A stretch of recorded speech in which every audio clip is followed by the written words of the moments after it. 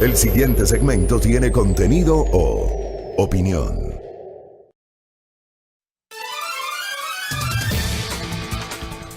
Muy bien, 6:28 de la mañana. Gracias a la visualización que ya tenemos en nuestra transmisión en vivo por Facebook Live. Saludos cordiales a quienes nos siguen cada mañana, a quienes comparten con nosotros nuestros comentarios, a quienes se mueren de las iras con nuestros comentarios, a quienes fruto de nuestros comentarios nos lanzan campañas trolls de desprestigio, pretendiendo generar viralidad. Resulta que se quejan de lo que uno dice en este espacio y sin embargo lo están escuchando. Así que saludos, de verdad gracias por escuchar. Hasta para criticar hay que escuchar y les agradezco por eso. Les abrazo y les saludo, ¿no? Ayer por ahí un trollcito pretendió generar una campaña de desprestigio buscando la atención. Vayan nomás por la sombrita, de verdad. No lo van a lograr. Hagan lo que quieran. Una vez más, pretenden acá destinar recursos públicos. Entiendo que son recursos públicos. No creo que eso salga del bolsillo de algún agencioso, ¿no? Para desprestigiar voces críticas. Y tienen tatuado, ¿no? La inevitable comparación. De verdad es complejo, ¿no? En un momento en el que tanto se llenan la boca hablando de la libertad de expresión, de las libertades, que uno puede decir lo que quiera, y sin embargo tienen esta práctica mafiosa y corrupta de empezar a desprestigiar a la gente a través de cuentas troll, ¿no? Y generando viralidad o tendencias a través de cuentas troll. De verdad les saludo y les agradezco. Les agradezco. Pero créanme, no soy tan importante. Soy apenas un ciudadano común y corriente, un periodista que todos los días viene acá y trata de ejercer esta profesión de una manera seria, sin pretender de modo alguno ser el dueño de la verdad. Simplemente viene a ser una opinión. Y usted puede compartir o no la opinión. Pero claro, a algunos les causa escozor, les causa dolor de cabeza. Así que de verdad les abrazo porque quiere decir que nos están escuchando. Muchas gracias, de verdad muchas gracias. Para mí realmente es un orgullo saber que me están escuchando y comparto con ustedes una tacita de café. Café Buen Día. Para los seguidores existentes de carne y hueso y también para esos trolls, vamos a generar nuestro comentario del día de hoy. Algunos temas para comentar. Silrad, quiero empezar por el tema sanitario, ¿no? Silrad dio lectura de algo que debe generarnos mucha preocupación. Voy a buscar en este momento las cifras que ayer fueron presentadas por las autoridades respecto de la evolución de la pandemia. Yo he dejado de compartir esas cifras, ¿no? En mis redes sociales, en mis diferentes espacios de difusión, porque está claro y lo hemos venido diciendo hace meses, ya ni siquiera semanas, sino meses, que estas cifras no terminan siendo las reales, son las cifras oficiales, que todavía no hay una gran cantidad de toma de pruebas para COVID-19. En un país con casi 17 millones de habitantes, apenas se han tomado 213,000 pruebas para COVID-19. Pero de todas maneras, esta estadística oficial termina brindando una panorámica de lo que está ocurriendo, y son estas cifras oficiales las que al final del día significarán o permitirán la toma de decisiones por parte de las autoridades. Por eso ayer se decidió, por ejemplo, ampliar el horario del toque de queda en el caso de 14 provincias, de los cantones de 14 provincias del país. Toda la sierra, más Santo Domingo y Esmeraldas. Allá en Santo Domingo yo he venido alertando desde hace rato a nuestra amable audiencia, tanto en la mañana cuanto al mediodía, que conduzco el noticiero de Majestad Televisión, que hay que cuidarse, que hay que protegerse, que hay que tener el distanciamiento correspondiente, que no hay que relajarse. Bueno, en Santo Domingo las cifras también se han disparado. ¿Y qué nos dicen las cifras oficiales? A ver, Guayaquil y Guayas se han estancado. En el caso de Guayaquil, revisemos por ciudades. Guayaquil era considerada el epicentro de la pandemia. Guayaquil se ha estacionado en este momento en 11,770 casos. Toda la provincia del Guayas es una provincia que tiene 25 cantones. Toda la provincia del Guayas tiene 17,210 casos confirmados de COVID-19. Solo en Guayaquil hay 11.770. Recuerden ustedes que Guayaquil era considerada el epicentro de la pandemia. ¿Saben cuántos casos tiene Quito? Se van a caer, así que siéntense. Reitero la cifra de Guayaquil. 11.770 casos. 11.770 casos. Solo en Quito, según la estadística oficial, reitero, esto es lo que se ha podido develar con base en las pruebas tomadas para la detección de contagios de coronavirus COVID-19. Solo en el caso de Quito tenemos 11.741 contagios. Vamos a ver justamente la diferencia, ¿no? 11.770 casos en Guayaquil, 11.741 casos en Quito, apenas 29 casos. Más tiene Guayaquil respecto de Quito. Quito, en las próximas horas, inevitablemente, querida audiencia, se va a convertir en el epicentro de la pandemia de COVID-19. Quito, que había sido un ejemplo en las primeras semanas, en los primeros 2 meses, los primeros 60 días, había sido un ejemplo para el resto del país, con cifras muy bajas de contagios, con cifras muy bajas de muerte. Resulta que a partir del 3 de junio las cosas se desataron en la capital. Guayaquil tiene hoy 29 contagios más respecto de Quito y Quito le va a rebasar. O sea, que no les quepa duda. Quito en las próximas horas, amable audiencia, se va a convertir en el epicentro de la pandemia. ¿Por qué tiene Guayas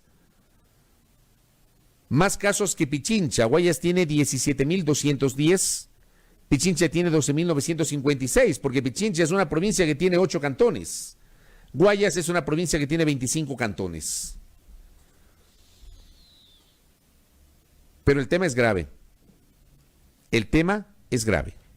De verdad que, ojalá que con lo que estoy diciendo en este momento, ojalá que por Dios, de verdad, queridos amigos, ciudadanos de la capital, con estas cifras entremos en razón. Tengamos un poquito de conciencia sobre lo que está pasando en el Ecuador y particularmente en Quito. Tengamos conciencia.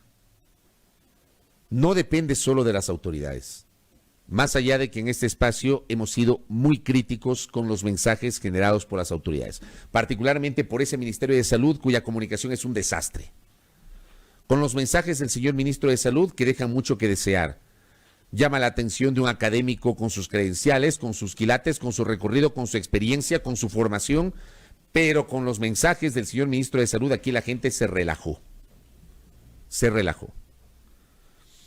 Se relajó de relajamiento y se fue al relajo, ¿no? Se declaró en relajo. 29 casos más en Guayaquil respecto de Quito. Vamos a rebasar.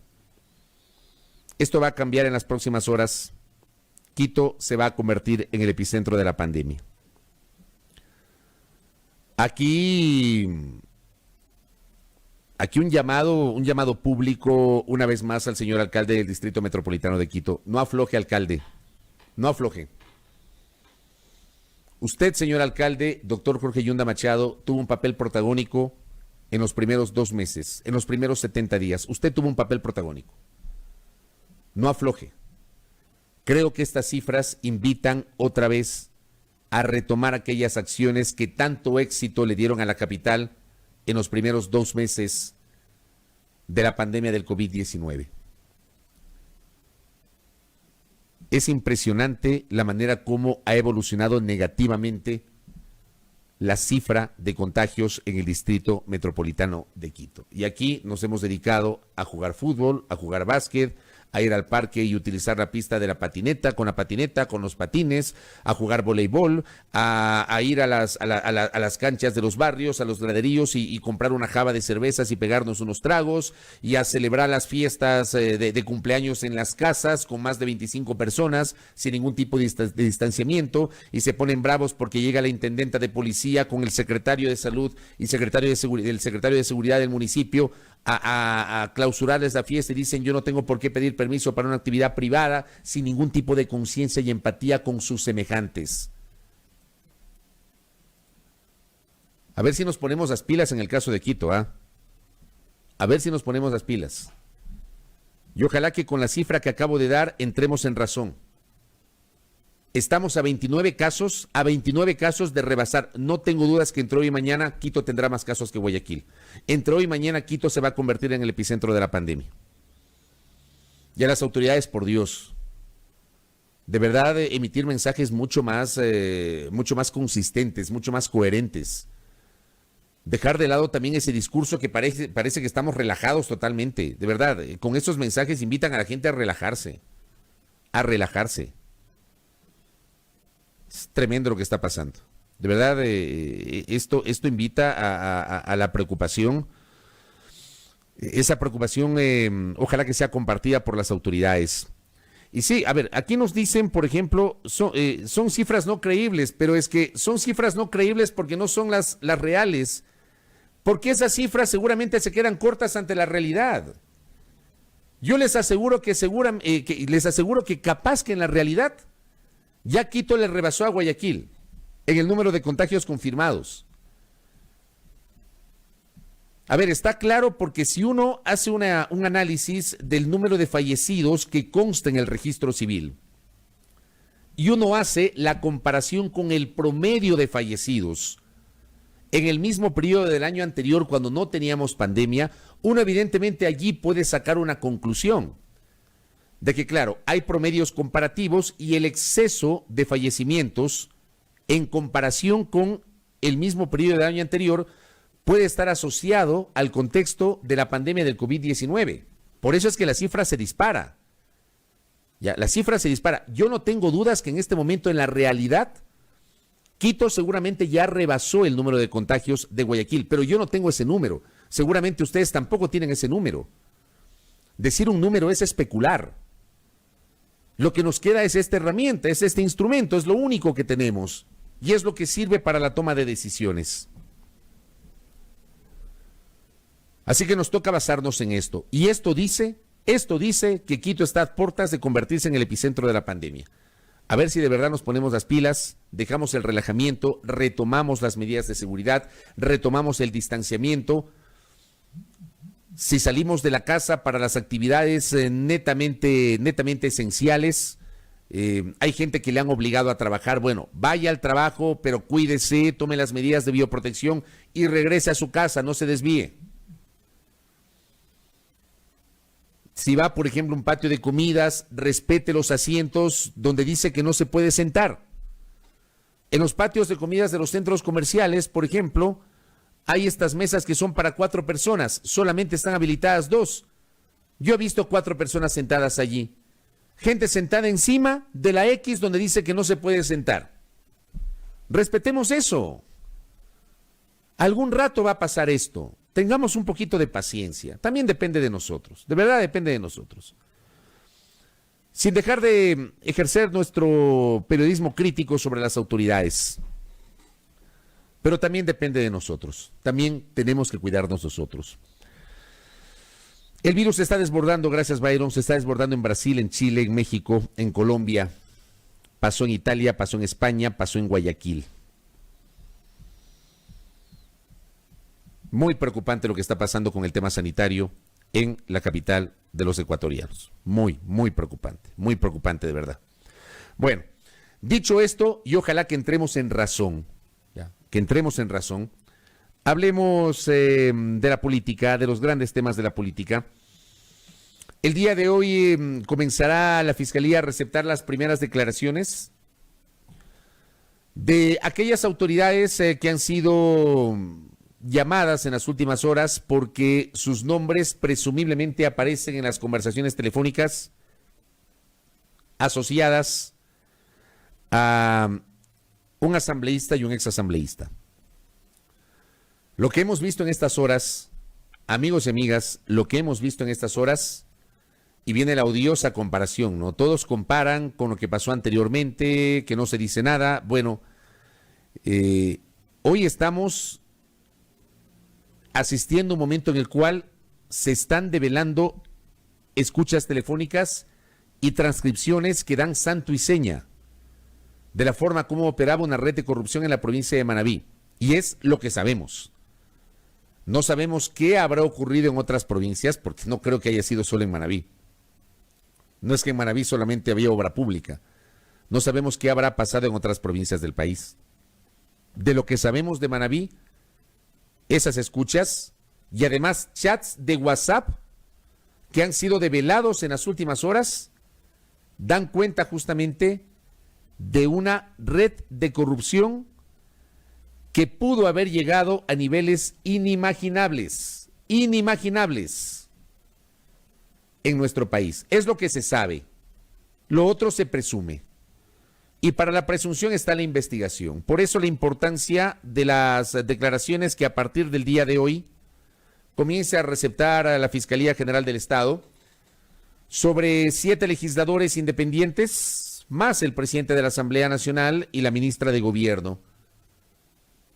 Serán claves esas declaraciones para poder conocer la verdad sobre la posible vinculación de legisladores en esto que algunos han denominado el reparto que tantas dudas nos ha generado y el reparto que tiene a la Asamblea Nacional en su peor momento. Estaba tratando de hacer memoria sobre otros casos, yo les he contado a ustedes, el periodismo a mí me ha dado la oportunidad de seguir de cerca las ejecutorias de la función legislativa desde hace 25 años, desde 1995 cuando vine a vivir a Quito. Yo empecé como periodista en diciembre del 92, pero vine a vivir a Quito en el año 95. Y durante 25 años el periodismo me permitió justamente constatar dentro de mis coberturas el quehacer legislativo. Y he tratado de hacer memoria, yo les conté el episodio del 95, el episodio del 97, he tratado de hacer memoria y no encuentro un momento tan complejo en la función legislativa como el que está viviendo actualmente la Asamblea Nacional. No lo encuentro. Alguna vez yo discrepaba con alguien en el sentido de que me decían la peor asamblea de la historia. Yo decía, no, si ha habido peores asambleas o peores congresos o peores legislaturas. Pero claro, en este momento ya hay, digamos, una confluencia de hechos asociados a posibles casos de corrupción que a uno evidentemente le invitan a pensar en la calidad de la actual legislatura. Una legislatura que ha ido de escándalo en escándalo. Una legislatura que a las pocas semanas de haberse posesionado, después del 14 de mayo del 2017, ya experimentó una ruptura de carácter político por la implosión interna de Alianza País, por los hechos que son de dominio público. Una legislatura cuyo presidente en febrero del año 2018 fue destituido. Fue destituido de su condición de presidente, no de su condición de legislador.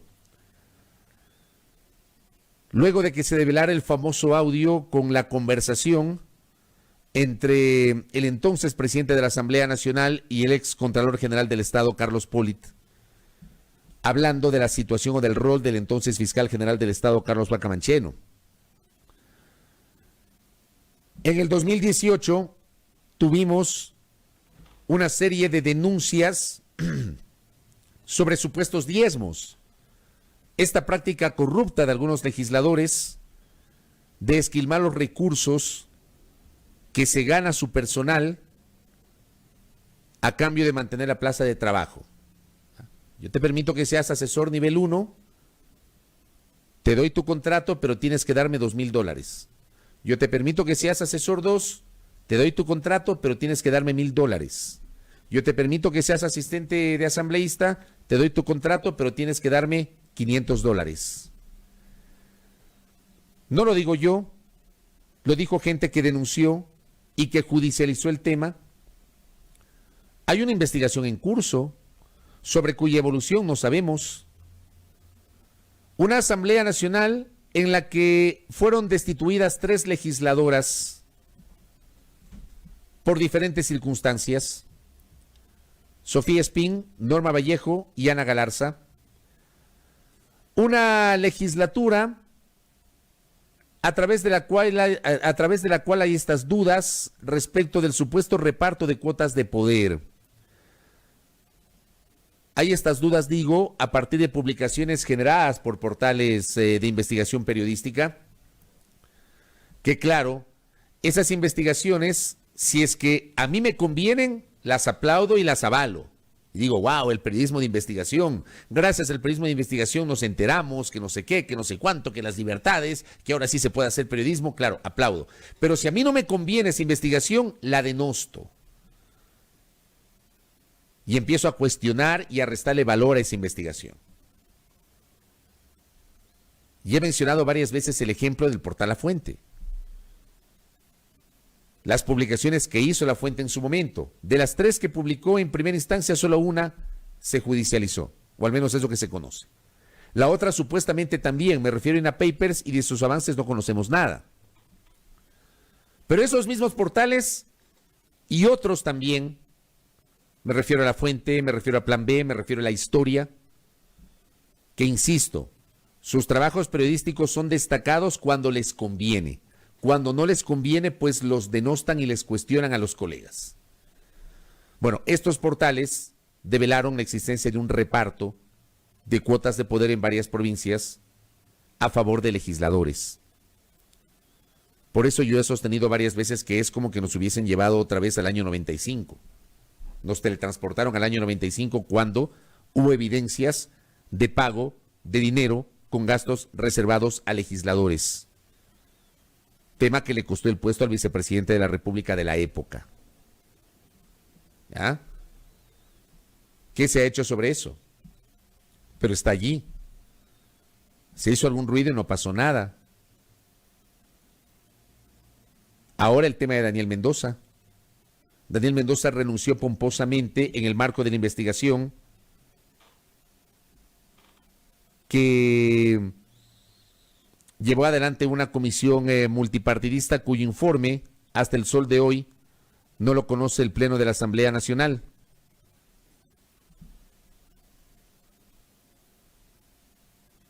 El informe está allí.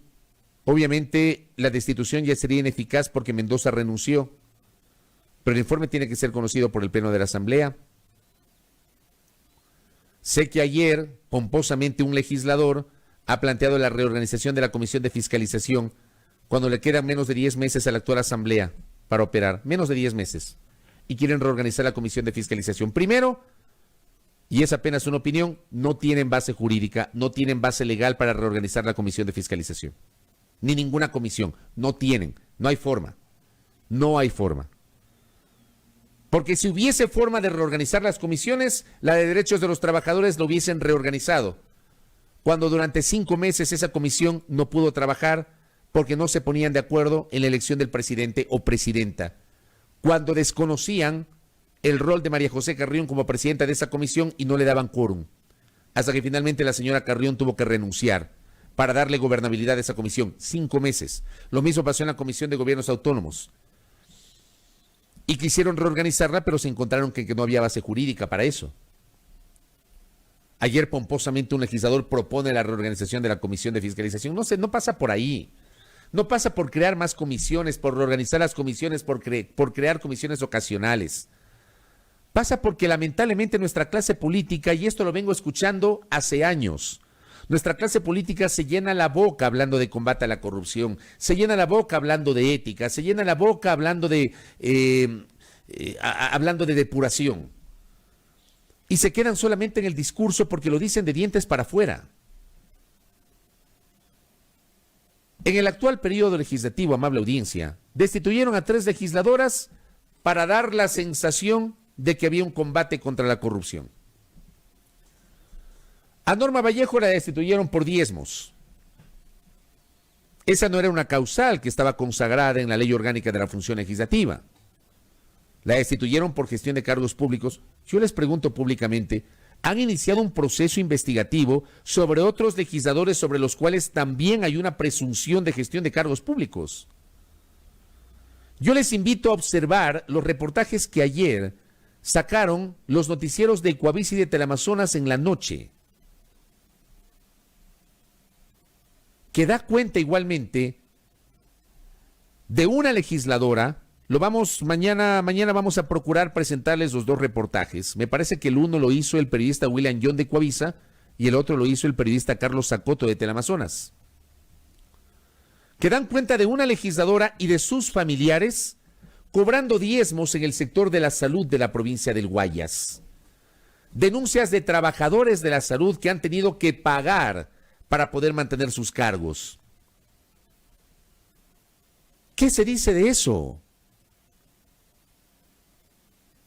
¿Qué se menciona al respecto? ¿Dónde está la depuración? Por eso insisto, yo soy constante crítico respecto de la selectividad de las cosas. Y por decir esto, me lanzan campañas de trolls para desprestigiarme. Y pretenden etiquetarme. Dizque defendiendo a una persona en particular o a una corriente política en particular, cosa que ustedes jamás me han escuchado ni me escucharán. Por eso me da chiste cuando me lanzan ese tipo de ataques. Porque cuestiono la selectividad, porque cuestiono el apuro para ciertas cosas y cuestiono el mutis para otras cosas. Perdónenme, pero a mí al menos me escandalizaron los reportajes que vi anoche en los canales de televisión. Pues que fue escandaloso, escandaloso. Mencionan a una legisladora, mencionan al esposo de la legisladora y mencionan a la madre de la legisladora.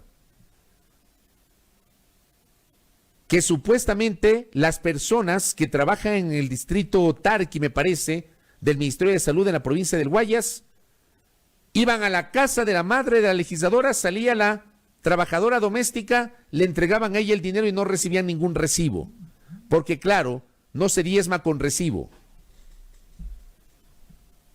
Yo no sé si a ustedes no les escandaliza esto, porque a mí sí me escandaliza. Pero de esto poco se habla. Poco se habla. Yo no noto en la función legislativa un afán de verdad depurarse. Legisladores que lamentablemente durante varios años se dieron golpes de pecho y pretendieron dar al país lecciones de moral.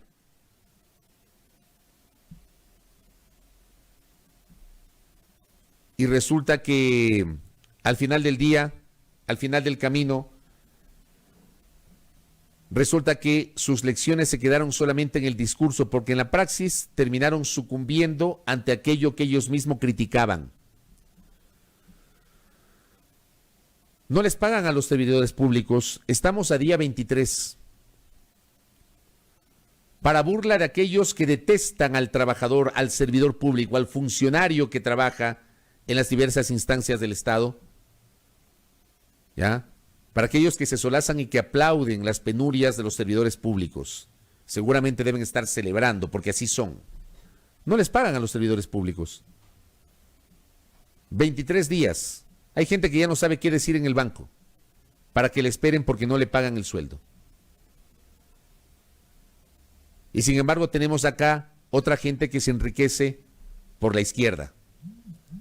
Corruptos que esquilmaron recursos públicos destinados a la construcción de obras hospitalarias, jugaron con la salud, jugaron con la necesidad de atención médica de los ecuatorianos, en este caso de los manavitas.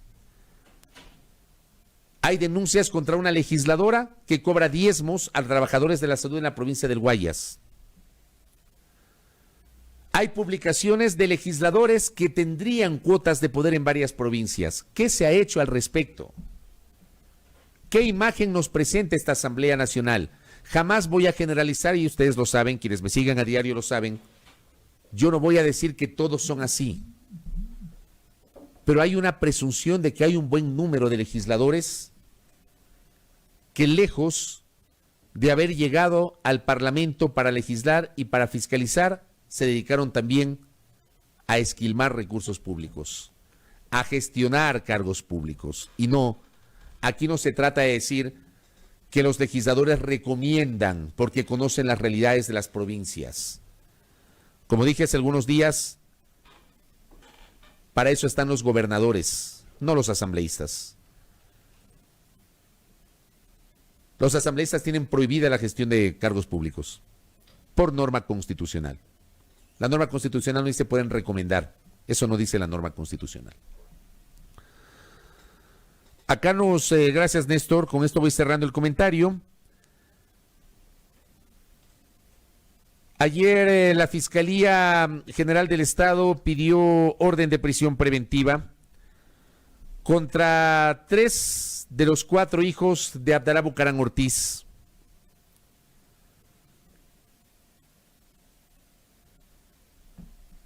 Perdón, no es orden de prisión preventiva, es formulación de cargos, perdón la imprecisión.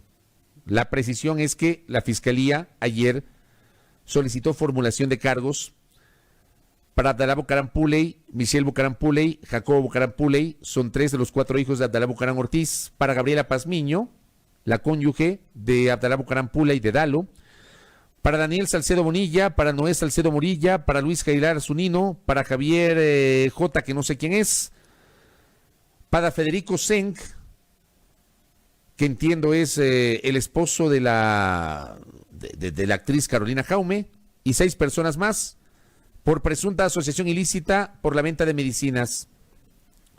De lo que se conoció anoche mismo, el juez negó la orden de prisión contra Abdalá Bucaram Puley, contra Jacobo Bucaram Puley. Es lo que se conoció el día de ayer. Néstor Aguilera nos decía, ojalá no sea demasiado tarde para que la justicia actúe en las denuncias de asambleístas y particularmente la denuncia que los medios presentaron ayer, que me parece súper grave, súper grave. Que no sea como con Jacobo Bucaram, que tampoco el juez acepta pedido de prisión preventiva. Quizá cuando actúe con celeridad la Fiscalía ya estarán lejos y con el dinero, a no ser que se vuelva a caer una avioneta, ¿no? Yo pregunto, ¿y si no se caía la avioneta en la frontera binacional? ¿Y si no se caía la avioneta? De verdad que es impresionante lo que está ocurriendo, ¿ah? Gracias, también un mensaje. Me cuentan por acá que la Judicatura ayer en la noche pagó el mes de junio. Nos cuenta un oyente. Gracias por este mensaje para información de nuestro público.